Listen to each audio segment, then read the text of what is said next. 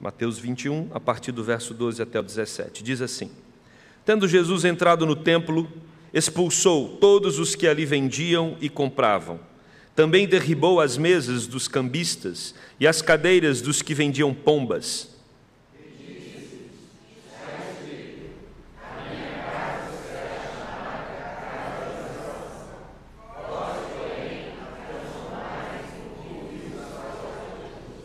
Vieram a ele no templo cegos e coxos, e ele os curou.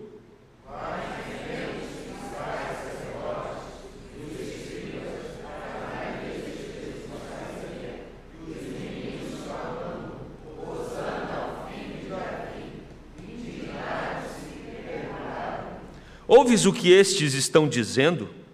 Respondeu-lhes Jesus: Sim, nunca lestes? Da boca de pequeninos e crianças de peito tiraste perfeito louvor? Juntos. E, deixando-os, saiu da cidade para Betânia, onde pernoitou.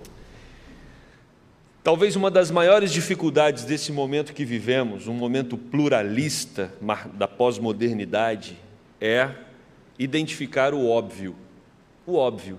Existem coisas que são óbvias, coisas que estão muito claras diante de nós, mas, por causa dessa pluralidade de pensamento do relativismo, às vezes as infinitas possibilidades de interpretação, o interesse de obter algum benefício, e por isso você monta todo um argumento a seu favor, isso pode colocar em risco o óbvio e produzir um mundo confuso. Nós vivemos um mundo e num mundo confuso. Coisas que são óbvias estão deixando de ser óbvias. Deus cria homem, Deus cria mulher. Isso é óbvio. Mas existe toda uma rede de argumentações para dizer que isso não é óbvio. E aí muitos podem ficar confusos, né? Eu citei apenas esse exemplo, mas você pode estender isso para várias outras questões da vida. O óbvio está em risco. O óbvio está sofrendo nessa geração pós-moderna e pluralista e relativista.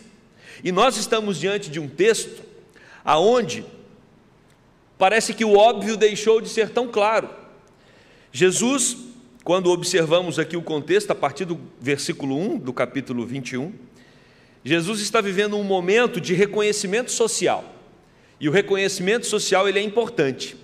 Quando as pessoas dizem para você, na sociedade, que aquilo que você está fazendo é legítimo, é verdadeiro, isso de alguma forma te alegra, né? Se você é um professor e seus alunos dizem que gostam da sua aula, eles reforçam, né, o seu comportamento de professor, isso alegra o seu coração. Se você trabalha numa empresa e as pessoas que convivem com você ali te elogiam e dizem que o seu trabalho é um trabalho digno de nota, isso alegra o seu coração. Ou seja, o reconhecimento social é algo que nos traz uma certa satisfação. É claro que Jesus não estava buscando satisfação da sociedade, mas há um momento aqui, uma eclosão, aonde o povo de Israel reconhece Jesus como Messias. Existe um clamor popular reconhecendo Jesus Cristo como aquele que veio para trazer salvação.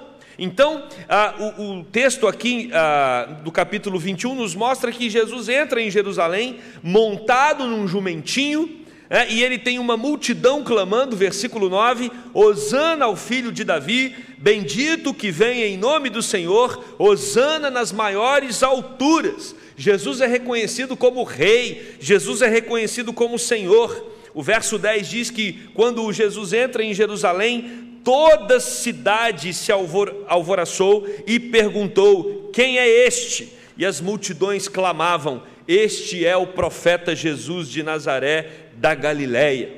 Jesus Cristo está com a multidão ao seu favor. E é nesse contexto que Jesus Cristo então desce do jumentinho, se dirige ao templo, e o versículo de número 12 nos informa que Jesus entra no templo. O templo estava cheio, era um momento especial, a Páscoa se aproximava, os peregrinos, não só de Israel, mas de todas as outras partes do mundo ali grego, né? Muitos helenistas que moravam em outros países, mas tinham a fé judaica, eles estão se dirigindo para Jerusalém, e Jesus, quando ele entra ali, ele observa que o templo deixou de ser óbvio. E Jesus precisa resgatar a importância, a clareza e o porquê do templo. E o texto vai dizer que quando Jesus entra ali no templo, ele percebe pessoas que estão negociando na casa de Deus. Eles pagavam um alto preço pelos animais. Olha que curioso, o que está acontecendo aqui? Todos nós sabemos que o sacrifício foi instituído no Antigo Testamento para apontar a vinda do Cordeiro de Deus que iria tirar o pecado do mundo. Isso é óbvio, é claro na Bíblia. Então, as pessoas, elas deveriam pegar o seu melhor animal, o seu animal, o mais perfeito do seu rebanho, e levar para consagrar ao Senhor. A Páscoa era uma data especial para esse movimento de consagração, para esse movimento de levar um animal, para esse animal ser sangrado ali, e o derramamento do sangue do animal servir para expiar o pecado do indivíduo, como um símbolo de expiação do pecado, apontando para Jesus que viria também derramar o seu sangue para nos perdoar dos pecados. Então, era só um fazendeiro, a pessoa olhar ali do seu rebanho, qual era o melhor, qual era o mais perfeito de todos, e levar para o templo. Mas quem definia se o animal estava qualificado ou era apropriado para o sacrifício era o sacerdote. O sacerdote era quem analisava se o animal se enquadrava no perfil adequado para ser sacrificado. E o que acontece? Esses sacerdotes, eles fazem um acordo com os mercadores de animais. E qual era o acordo? O acordo era: os animais que seriam aceitos pelo sacrifício seriam aqueles animais vendidos no pátio do templo. Esses animais, eles seriam aceitos com facilidade para o sacrifício. Então, isso gerou nos corações daqueles que vinham para Jerusalém o temor de trazer o próprio animal e o seu animal ser rejeitado. Os animais que eram vendidos no pátio do templo, eles não corriam risco de serem rejeitados, porque já havia um conluio, já havia um acordo entre a liderança religiosa daquela época e os homens, que vendiam os animais ali no pátio do templo. Irmãos, isso é um absurdo, e é um absurdo que estava sendo aceito com toda tranquilidade naquela época. E aí o que acontecia? O preço desses animais ia lá para cima, eram animais caríssimos. E Jesus cita aqui o exemplo das pombas. A pomba geralmente era um animal que era sacrificado das pessoas mais carentes. Então a pomba do templo já era um animal muito caro. Eles inflacionavam o preço do animal, porque aquele que comprava aquela pomba ou qualquer outro dos animais tinha certeza de que seu animal não seria rejeitado pelos sacerdotes. Isto mostra claramente que o templo havia se tornado num lugar de negociação, e pior, de exploração das pessoas, e o pior, de exploração dos mais carentes. Imagine, irmãos, nós precisamos resgatar qual é o propósito do templo. Templo fundado pelo rei Salomão. O templo significava a presença de Deus na terra. Deus se fazia presente no meio do seu povo através do templo. Deus revelava-se ao seu povo no Santo dos Santos, com o sumo sacerdote. Era o lugar onde Deus habitava. E a estrutura religiosa daquele momento consegue montar no templo um lugar de transação inflacionada, explorando as pessoas. E o texto vai nos mostrar que não somente esses mercadores estavam negociando ali no templo, mas havia também um outro grupo, que era o grupo dos cambistas. Vinha gente de várias partes do mundo e só era aceita a moeda judaica. Então esses cambistas também exploravam no câmbio das moedas. Então nós temos um momento aqui muito claro, onde o templo deixou de ter o seu propósito central para se tornar um lugar perverso, um lugar cruel, onde em vez do nome de Deus ser adorado, do nome de Deus ser buscado e glorificado, as pessoas estavam negociando e explorando os outros. Isso não é novo. No Antigo Testamento nós também percebemos inúmeras vezes o templo do Senhor sendo usado como um lugar para a idolatria. Isso provocava a ira de Deus. Então, quando nós percebemos aqui a manifestação da ira de Jesus no templo, isso nos chama a atenção para o fato de que o templo não foi construído, o templo não foi criado, o templo não foi estabelecido para aquele propósito, e muito mais, aquilo estava afrontando fortemente o nome de Deus. Isso precisa nos chamar a atenção para algumas coisas. Eu e você, ao olhar para esse texto, nós precisamos questionar a igreja do século 21. Nós precisamos questionar a nossa igreja. Nós precisamos questionar a nossa vida. Porque agora, no Novo Testamento, o templo somos nós. Nós somos o templo do Espírito de Deus. Deus habita em nós. Mas esta igreja também, quando nós nos ajuntamos aqui, ela manifesta-se como casa de Deus. A igreja evangélica brasileira, ela também é o povo de Deus, ou o templo de Deus espalhado por esse país, e nós precisamos trazer alguns questionamentos nesse momento à luz desse texto. Esse texto diz que a casa de Deus não pode ser usada para outros propósitos e outros fins, a não ser glorificar o nome de Deus. Nada pode ser o motivo ou motivo de existência da igreja, senão a centralidade de Deus no seu templo. Jesus Cristo manifesta a sua ira com muita clareza. Quando ele derruba as mesas e as cadeiras dos cambistas, isso mostra claramente que o seu coração está turvo diante daquela situação. Isso mostra que aquilo era um absurdo que tirou Jesus do sério, porque está escrito, diz o versículo de número 13, que a minha casa será chamada casa de oração. E aí a gente precisa pensar no que é oração. Oração é quando o indivíduo ele entra em contato com o Deus Criador através do Senhor Jesus Cristo. Oração significa que quando as pessoas se deslocam para a igreja, elas têm um encontro marcado. E muito mais do que um encontro com os irmãos de fé, nós aqui temos um encontro com Deus. Templo significa uma reunião, um lugar onde o povo vai se ajuntar para adorar a Deus, para buscar a Deus, para orar a Deus. O centro é Deus, a glória é para Deus, e não pode haver nenhum outro motivo para a existência da igreja. Isso tem que nos preocupar, irmãos. Isso tem que nos atentar. No momento aonde, no nosso país e também em outros países, corre-se o risco de usar a igreja para outros fins, que não seja buscar a presença de Deus por meio da oração, nós temos que estar alertas e atentos para o fato de que a igreja existe para ser um lugar onde Deus acolhe pessoas, um lugar onde as pessoas se relacionam com Deus, e não para fazer outros movimentos paralelos. Igreja não tem outros movimentos. Igreja não tem propósito, e não é função da igreja se movimentar, senão para glorificar a Deus e cumprir o chamado para o qual Ele estabeleceu para cada um de nós. Quando Jesus diz que a minha casa será chamada casa de oração, provavelmente o texto bíblico que estava na sua mente era 1 Reis 8:29, quando diz: para que os teus olhos estejam abertos noite e dia sobre esta casa, sobre este lugar, do qual disseste, o meu nome estará ali, para ouvires a oração que o teu servo fizer neste lugar.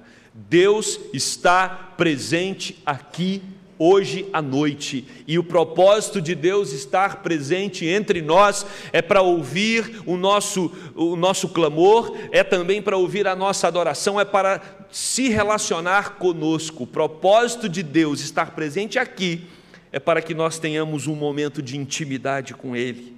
É para isso que a igreja foi criada. Salmo 27, verso 4, o salmista diz: uma coisa peço ao Senhor e a buscarei, que eu possa morar na casa do Senhor todos os dias da minha vida, para contemplar a beleza do Senhor e meditar no seu santo templo. Quando você se desloca da sua casa para esse lugar, certamente a razão disso é Deus. É Deus que diz ao seu coração: alegrei-me quando me disseram, vamos à casa do Senhor. A razão de nós estarmos aqui nesse domingo pela manhã, nesse domingo à noite, é porque Deus se faz presente aqui. E é isso que Jesus quer deixar claro no texto. No tempo do profeta Jeremias, os judeus também tinham um comportamento antagônico. Eles oprimiam os estrangeiros, eles roubavam, assassinavam e depois iam para o templo adorar. E Jeremias capítulo 7, verso 11, ele escreve: será esta casa que se chama pelo teu nome um covil de salteadores aos vossos olhos? Ou uma casa de ladrões? Eis que eu mesmo vi isto, diz o Senhor. O templo também é lugar de nós reproduzirmos aquilo que vivemos no dia a dia. Templo não pode ser um centro de incoerências. Nós não podemos fazer dessa casa uma casa de incoerência, aonde nós vivemos algo completamente descolado do evangelho lá fora, e quando nós chegamos aqui, nós cantamos para Deus, oramos a Deus, falamos frases e poesias bonitas para Deus através dos salmos, mas quando saímos daquela porta no nosso dia a dia, isso não faz parte da nossa rotina. Por isso que Jesus Cristo, quando responde para aquela mulher, quem são os verdadeiros adoradores, como adorar de maneira coerente, Jesus diz para a mulher samaritana em João 4, importa que os meus adoradores me adorem em espírito e em verdade. Espírito em verdade, ou seja, os meus adoradores precisam me adorar com todo o coração, e precisa ser algo verdadeiro, coerente, aonde a segunda, a terça, a quarta, a quinta, a sexta e o sábado são marcados por uma adoração que vai reverberar no culto público no domingo. Quando nós agimos com incoerência, isso também decepciona o nosso Deus. Por isso, é importante que vivamos uma vida de louvor a Deus o tempo todo. Orai sem cessar.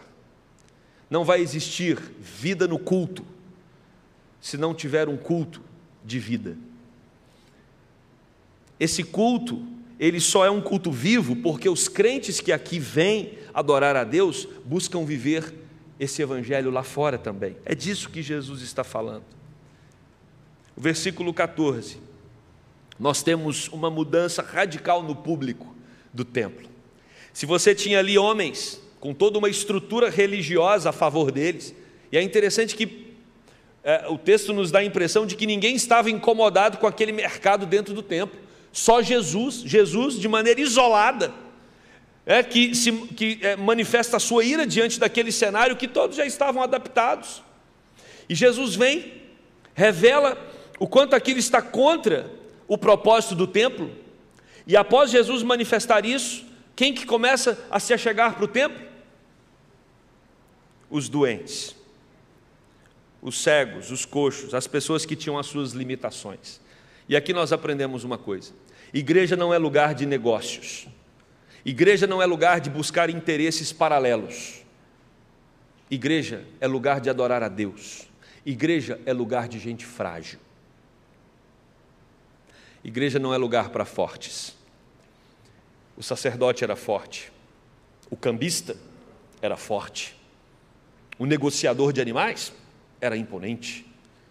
Jesus retira todos esses e o templo passa a ser um lugar frequentado pelos frágeis, pessoas enfermas, pessoas machucadas, pessoas que têm as suas crises, pessoas que têm as suas trincas ou as suas rachaduras na alma, gente que sofre, gente que carrega marcas na sua biografia, gente que tem dores. Igreja é isso, igreja é para isso, acolher os frágeis, os doentes, aqueles que reconhecem as suas limitações, aqueles que muitas vezes se sentem fracassados, aqueles que estão cansados, aqueles que estão oprimidos, aqueles que sentem um peso de um mundo que cada vez mais é imposto sobre os seus ombros, e chega aqui no templo, respira fundo e busca refúgio, conforto, renovo em Deus.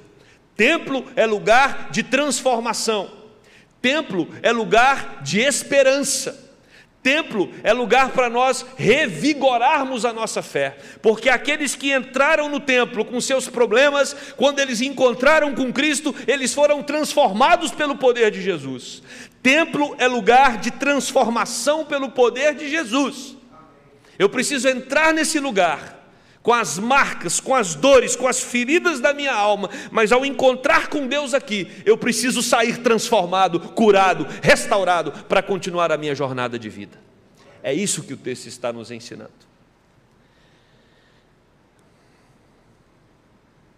Mas, irmãos, o texto nos ensina mais.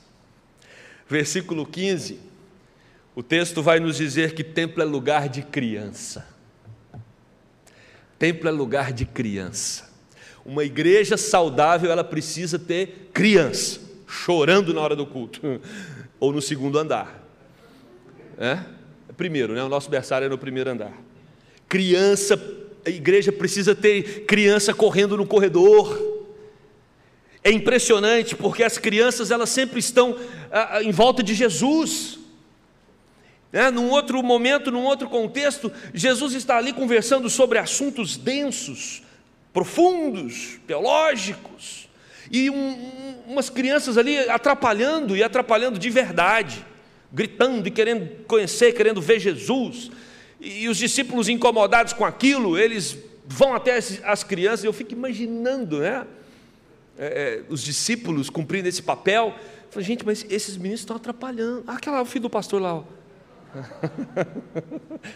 Não tem mais esse problema, né, reverendo? Já passou essa época, né? O filho do diácono, olha lá, eu sabia que esse menino, menino, para de fazer barulho, Jesus está falando aqui. E Jesus olha para o discípulo e fala, para, abre um corredor aí, vem meninos, vem criançada. A criançada vai tudo para o colo de Jesus, fica tudo ali pertinho de Jesus, e os discípulos, imponentes, querendo controlar o ambiente, olham para Jesus, e Jesus diz para eles o quê? Deixai vir a mim os pequeninos, não os embaraceis, porque dos tais é o reino dos céus. Não é à toa que a sociedade, não é à toa que o império das trevas está tentando inculcar valores perversos na cabeça das nossas crianças. Jesus Cristo mostra para nós nas Escrituras o valor dos pequeninos, e nós precisamos chegar antes com o Evangelho. As nossas crianças precisam ser protegidas, blindadas pelo Evangelho do Senhor Jesus Cristo, se é que nós as amamos. E o que nós temos aqui são crianças adorando a Jesus, provavelmente reverberando o que elas ouviram no dia anterior, quando Jesus entrava montado no jumentinho, e os adultos, com as suas folhas dizendo hosana ao que vem em nome do Senhor, os menininhos olhando aquilo ali, guardaram aquela mensagem, e agora eles estão lá no templo, Jesus chutando as cadeiras, derrubando tudo, e os meninos, hosana ao que vem em nome do Senhor. E o que nós temos aqui são as crianças enaltecendo Jesus, as crianças exaltando Jesus, dando a Ele toda a honra e toda a glória. E é impressionante, porque Jesus expulsa os cambistas, Jesus expulsa aqueles mercadores, Jesus, Ele mostra claramente o desgosto dele com aquela situação, cura os cegos e coxos, mas o que irrita os escribas, o que irrita os fariseus, é o cântico dos pequeninos. Se atentem ao texto, olha o que os líderes religiosos dizem no verso 16. O senhor não está ouvindo o que essas crianças estão dizendo? Olha o que esses meninos estão dizendo. Respondeu Jesus, sim, eu estou ouvindo. Aí Jesus volta a pergunta, mas vocês nunca leram? Lá no Antigo Testamento, Salmo 8, versículo 2, da boca de pequeninos e crianças de peito suscitaste o perfeito louvor. Carson, um comentarista desse texto, quando ele comenta sobre o Evangelho de Mateus, nesse texto ele diz que a exaltação das crianças naquele momento nos mostra pelo menos 3 lições. A primeira é uma ação com respaldo na palavra, no Antigo Testamento. O que as crianças estão fazendo aqui já havia sido profetizado no Salmo 8, versículo 2. Carson também vai dizer que enaltece a messianidade de Cristo. As crianças estão enaltecendo Jesus como Messias, elas estão adorando a Cristo, e é por isso que a liderança religiosa fica estupefada. Esses meninos estão no templo reconhecendo Jesus como Deus. O senhor não está vendo isso? O senhor não está percebendo isso? Jesus diz: sim, eu estou, mas já havia sido profetizado. E por último, Carson diz que confirma que os humildes reconhecem as verdades espirituais com mais rapidez do que os religiosos sofisticados. Os humildes reconhecem as verdades espirituais com mais rapidez do que os religiosos sofisticados. Por isso que Jesus diz que nós devemos nos tornar como uma criança. Sabe por quê? Porque a criança entende a linguagem do óbvio. A criança entende a linguagem do óbvio. E às vezes nós criamos tantas teorias, às vezes nós desenvolvemos tantas outras possibilidades, argumentações e tudo mais, que nós nos intoxicamos de um monte de entulho que não serve para nada e que a gente supervaloriza.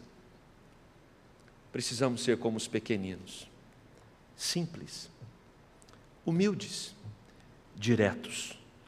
Viemos ao templo para dizer: hosana ao que vem em nome do Senhor. Simples assim.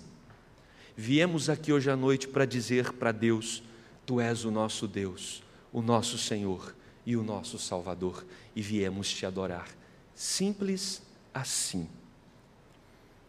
O texto termina dizendo que Jesus foi para Betânia, provavelmente para a casa de Lázaro. Jerusalém já estava tumultuada com a chegada dos peregrinos para a festa. Mas eu quero concluir, meus irmãos, esse sermão dizendo para você: é óbvio que o templo é de Cristo, e se você é o templo de Cristo, você pertence a Ele.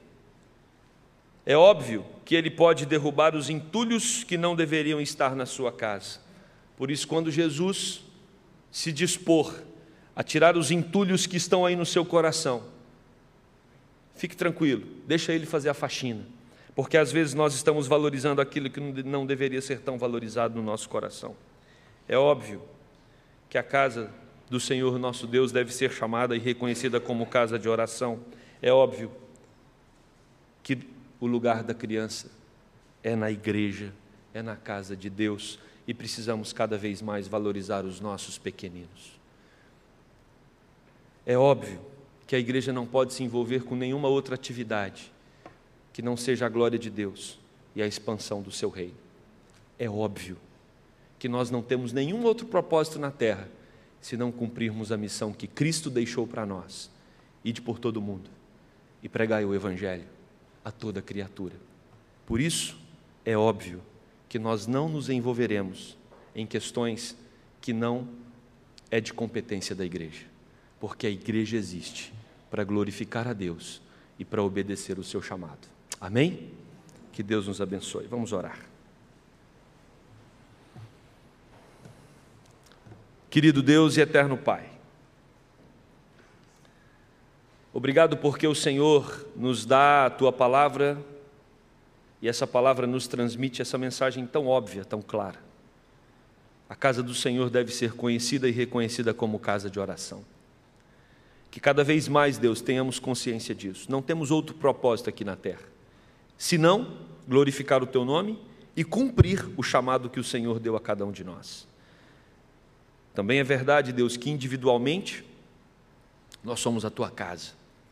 Nos ajude a viver uma vida de santidade, que o nosso coração seja um coração centrado em Ti, que adora somente a Ti, que glorifica somente a Ti, que vive só para Ti, que busca o Senhor com prioridade absoluta. Ajuda-nos, Deus, a viver somente para a Tua glória.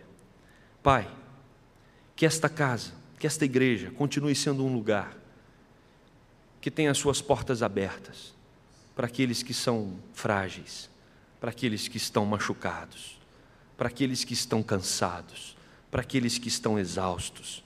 E quando eles chegarem aqui, que o encontro deles com Deus poderoso, com Cristo Salvador, possa transformar as suas vidas e fazer com que eles saiam daqui alegres, felizes, cheios do Teu Espírito, para viver uma vida para a Tua honra e para a Tua glória. Ó Deus, nós clamamos pela igreja evangélica no Brasil. Não deixe a nossa igreja, Senhor, não deixe a igreja do Senhor Jesus aqui nesse país perder o foco, perder o alvo, perder o propósito, se envolver em coisas outras que não estão estabelecidas na Tua palavra e que vão certamente provocar a Tua ira.